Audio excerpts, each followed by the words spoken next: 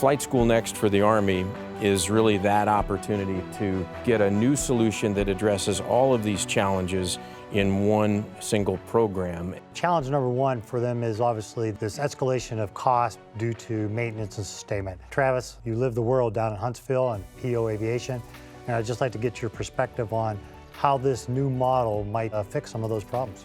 I think the first major issue with the way the current model is and how it's been the last 30 years is the Army would go out to an OEM, buy that OEM's aircraft, and then they would prime somebody to maintain that aircraft. So that gives you kind of a unique problem set on parts availability where you would go to the prime would then go to the OEM would take that parts list and go, okay, out of my entire fleet, all across the world, I'm going to assign you a certain priority. So they may not necessarily be the top priority.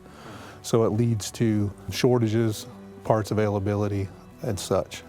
Under the COCO maintenance model, you can capture the strengths of the OEM.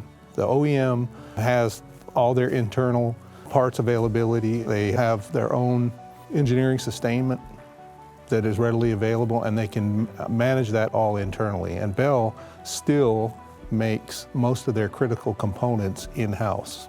So rotors, drives, all those assemblies that you're going to go through more than normal, that's all in-house, and Bell can actually control and put that priority on itself outside of that model. Yeah, no middleman, and Bell owns the sustainment ecosystem. Yeah, it's powerful, definitely powerful. This fleet of aircraft is going to be over 200 for sure, and to execute 183,000 flight hours. Bell's solution to this, obviously, is the Bell 505, which is reliable, cost efficient when it comes to maintenance. Travis, what would you want to see?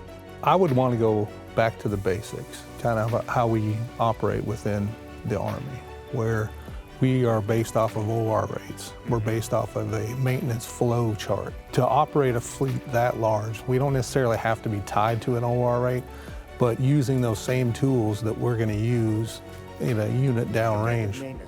Predictive maintenance, using the health awareness management system to be predictive of what's failing or what's getting close to failure, and getting those parts availability up front and in place before you need them, not after and reactionary. So the typical model right now is we wait till it breaks and then we react to it. And we need to get to that posture where we're trying to assess and be preventative up front. And you don't want to break the maintenance chain, because then it affects training. If you can keep students on that training path and you don't have down days due to weather, you don't have down days due to maintenance, that training experience for the student follows all the way through, and I think you end up with a better product at the end. To tag on that, something that we have developed for Flight School Next as part of our package to the Army is something that we call an integrated operational data system. And it is a network of several software systems that are interconnected, that handle not only all of the normal maintenance functionality and predictive maintenance that you talk about, but it also ties in the operational side of this. And it's got an AI capability that each day it can put out a recommended aircraft assignment list. It knows all the aircraft that are available, how many hours.